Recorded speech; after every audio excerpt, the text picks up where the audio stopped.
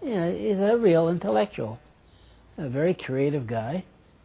My problem with Michael was that often he got ahead of me. He'd have a show and it'd take me 6 months to figure out what the hell he's up to. And Michael was very cute and very sly. He had a great sensual feeling, and with a lot of female stuff in there, but very subtle. And he was way ahead of everybody. He got into film field, underground films, or artist made films from the very beginning. He did the expo in Vancouver, or whatever that was. He had an astonishing, great exhibition of holography, profound, great stuff. They gave him a whole building, and nobody ever wrote about it. It's just one of these lost things. He's the first person I know who did holography on a large scale. He just is, just all the time. Great mind, nice guy. Very simple guy, very nice guy. Simple in one sense.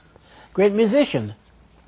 He never has had any formal lessons, but Jesus Christ, when he lived in New York, he had a piano in his studio, and all those great people who were avant-garde in those days, or giants today, not all of them, but a number of them used to come play at his place. So he was played in a Dixieland jazz band back in the 48, 49. Bob Fulford was a PR person for him. Fulford's an amazing guy. Fulford has been everywhere. And he's always... he lived 2 doors away from Glenn Gould. He manages the jazz band. He did this, did that. He's always an amazing guy. Joyce. Well, there's no doubt in my mind that Joyce is one of the great artists, Canadian artists. She was what it makes her so, in my mind, what she did was she decided she was going to take a female course, action. Her work was going to have to do with women. And she decided to do things that no man would ever think of doing, which made her unique. Nobody else could touch her. When she had her show at the National Gallery, she had something knitted by the champion knitter of the West Coast. She had some embroidery done by somebody else. And so she used women artists to carry out her ideas. And when she went up to the Arctic, she made a great lithograph of another woman, Thora Saluto. And this wonderful thing she called O Canada, their lithograph, where she pronounced the words O Canada with lipstick, Always a very feminine, very unique approach.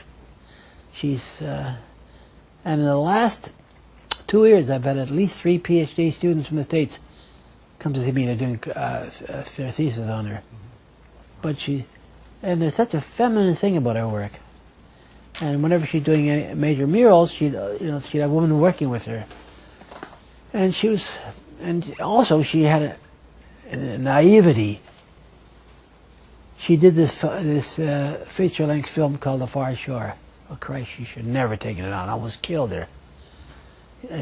She had to raise all this money, and I think it really wiped her out for a while. So think of an artist taking on a feature-length film in those days.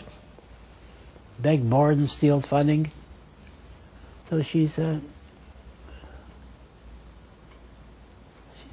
great artist. First woman, I think, to have a major exhibition in the National Gallery. I don't know if Emily Carr ever had an exhibition at the National Gallery, but certainly since Emily Carr anyway. So,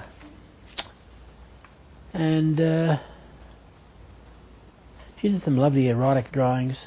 She did a series of drawings. She took paper and she put a chalky surface all over it, and then she drew with a pencil, which made it very subtle.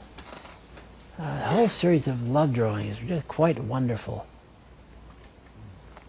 And she had a wonderful sense of humor, with very humorous things in her work. She was down in New York with Mike for many years, and that's where she started doing her film work.